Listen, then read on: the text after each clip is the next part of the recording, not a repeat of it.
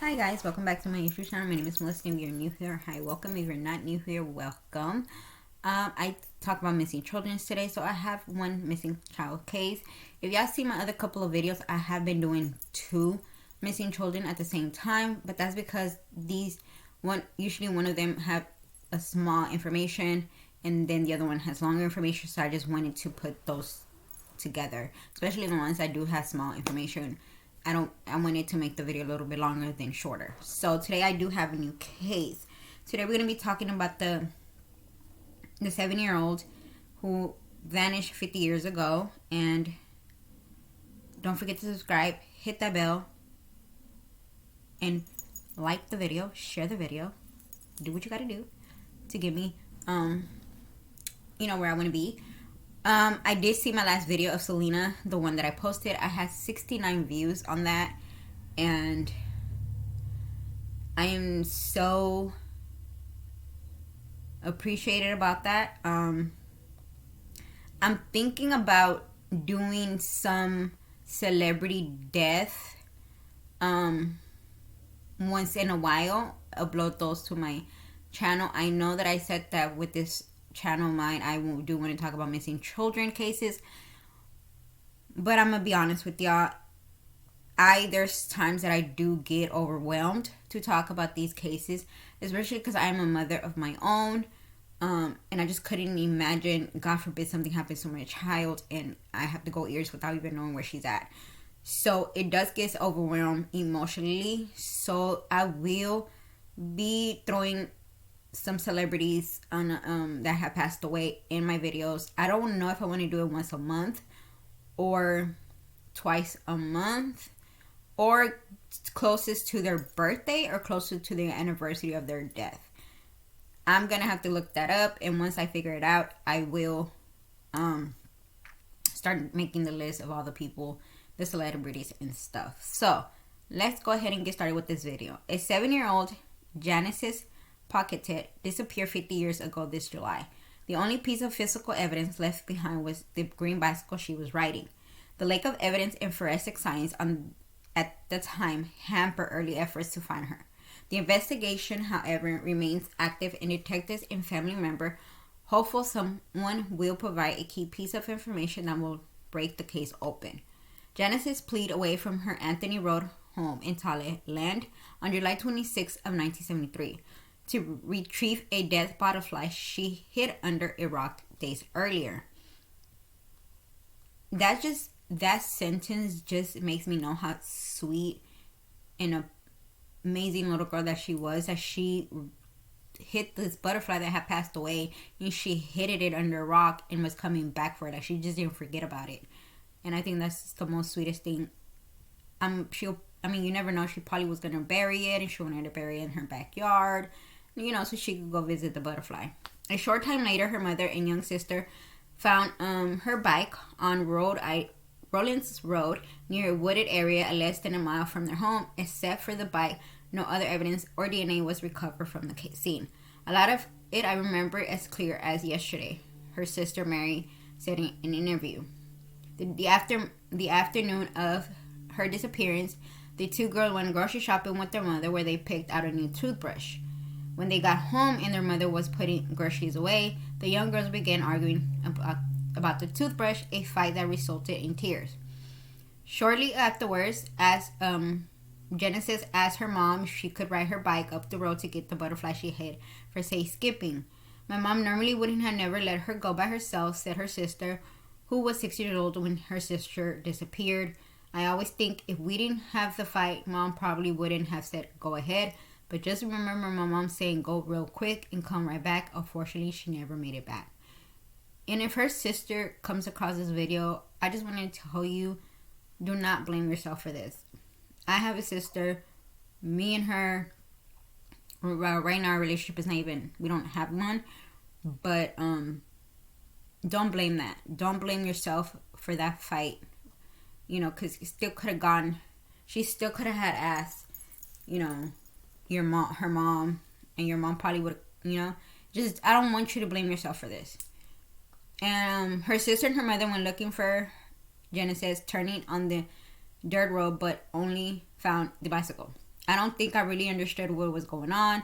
Mary said, I kind of thought she'll be home from what she remembers and was told by her parents. Said police immediately took her sister's disappearance seriously, but it genuinely thought she was simply lost in the woods. I don't think they ever thought anything of other than that, or that everything beginning. She said nothing that hundreds of volunteers joined police search the area before law enforcement switched their approach. Of course, they did not secure the scene like they would these days if something like this happened. Mary said if there was any evidence of any kind, I'm sure it got dampened by all the people that were on the scene looking for her sister. In 2014, the Tolland County Cold Case Squad was launched to examine the disappearance of and two other young girls, Lisa and Deborah, which I will be talking about them. I will be adding them to my list. Sparkley disappeared in 1968 and White went missing in 1974. Both were 13 years old and Vermont resident when they vanished. A part-time employee of the state prosecutor officers was administering the squad and would bring in detectives to track down leads as they surfaced. Tolland County State Attorney Matthew said the position had been vacated for at least 5 years, but Glenn Craig said tips still continue to come and are investigated. As late as last fall, we had what I thought was a very worldwide tip, and we investigated that. He said, unfortunately, it was successful, but we're still investigating this case. Yanni said family members of 3 missing women submitted their DNA to state database.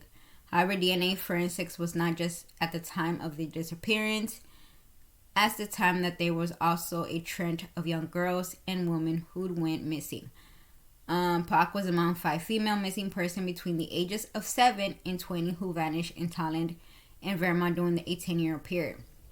The 2 were found dead years after they disappeared, while the other 3, Pac, White, and Sparkler, remained missing. Charles Pierce, a convicted pedophile and confessed child murder, told police he killed several children, including Pac. He told authorities he buried her around Lawrence, Mass, near undefined boy he claimed as another of his victims. Police and prison guards escorted Pierce to the area where he said Pac was buried, but she and the missing boy were not found. In 1980, Pierce was sentenced to life in prison where he died in 1999. Genscher noted that Pierce could have gleaned the information he provided to authorities from local news reports.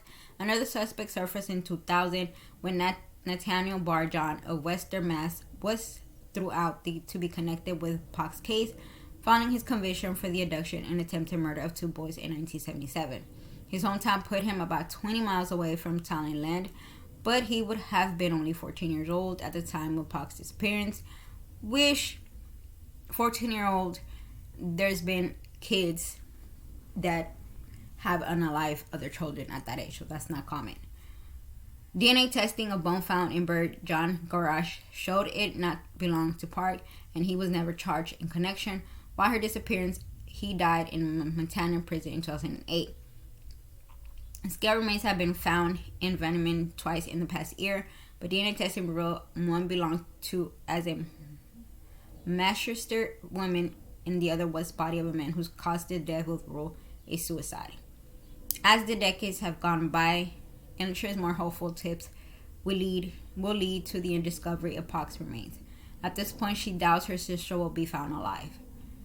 My personal thought is that she's not with us anymore. I don't think my parents ever hold any hope that she was still alive. Maybe at the beginning, Maria said, I do hold out hope that we may find her remains and I could give her a proper burial. That would be my hope. Nothing would happen to her sister is the worst thing, she said. I feel like you can really move on with your grieving when you don't have any idea where she is. It's just very difficult not knowing. Nothing her sister's disappearance was 50 years ago, and Lawrence said the person responsible may be dead. I hope that there was someone out there that just knows something, she said. They may not even know it. It's important, but my hope would be that they call the police, report it, and maybe that statement would lead to something. They already have the case files. That could just be the missing piece. I feel like somebody out there must know something. I just hold on to that hope. I'm still hopeful that maybe this case can be solved. Gendlis also remains hopeful that tips will continue to grow and lead to finding one or all three missing local girls. I know that there's somebody out there that knows something, he said. A 50,000 reward still offered for each of their 3 cases for anyone who provides information needed to an arrest on conviction. Angela said she's in regular contact with the police officer investigating the case and praises them for their outgoing work. There are still activity pursuing leads as they get them, she said, adding that she visited police a few months ago. I couldn't believe all the tips that they're still getting and that they have followed up on. They are definitely still working on this. They really do care. They really do follow up any lead they get, which is wonderful. In Glenbershire describes her family growing up as a typical 1970s family with a stay-at-home mother and a working father. We were always doing family things, she said, like visiting grandparents, playing in the yard, looking for bugs, toads, and butterflies. We were always searching for things, she said. Ambler said she would cry when her sister went to school because she wanted to be with her. We did everything together, she said. I probably drove her crazy because I always wanted to follow her everywhere. To mark the 50th anniversary of her sister's disappearance, Anders will hold a memorial gathering on July 22nd from 2 to 4 p.m. at the Cross Forums Recreation area in the Rodents Road, where they are in memorial bench mourning her sister. So I'm gonna put the information of where you could reach out to them if you have any question. This article is actually written in June 4, 2023, update June 5th of 2023. So y'all go ahead and look up the information, especially if y'all live in the area, and see if she will have another visual. I'm assuming she probably will. But if she does, y'all let me know. This case to me is one of these cases that I don't have no idea what happened. The fact that it happened in bright daylight. I wish I knew if the detectives did the detective reach out to the people, to any people that was in the area that may have seen her. She was riding her bike. It was during the day. Did somebody hear something? It doesn't say that, but I'm assuming that they did, and I really do hope that they did that. I hope that they talked to any people that were in the area just to know if they saw anything. And I do hope that these beautiful little angels are found.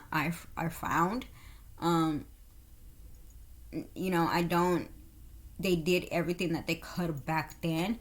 Mind you, they said they didn't know nothing about DNA. I think with these type of cases, especially old cases like this, you don't think about DNA. You don't know what DNA is. The only 2 ways that I've heard of them solving a crime is through your blood type or your fingerprints. And also back then, for you to get your blood type or your fingerprints in the system, you had to have committed a really, really bad crime. If it was like a theft or something, they really didn't need your fingerprints or even your blood type because it was just a theft. And I'm glad that changed. I'm glad that they decided to change that rule, and I'm glad that they did, because now every person that gets in trouble, whether it's a theft, whether it's a, or whatever the case may be, they have to give their DNA. So I really do hope that this family gets answered. I once again want to say thank you so much for the 69 views on my Selena video. I do hope that I do want my missing videos of these kids to get the same view as my other ones, just because this is what I love to do. And like I said, I will be throwing some different cases of celebrities that have passed away, because like I said, talking about these missing kids cases does take a toll on me, sometimes on my mental health. So but I will never stop doing this. This is what I love to do, and I'm looking forward to do it as long as possible. So thank you guys so much. Don't forget to subscribe to this video, and I hope y'all have a blessed day.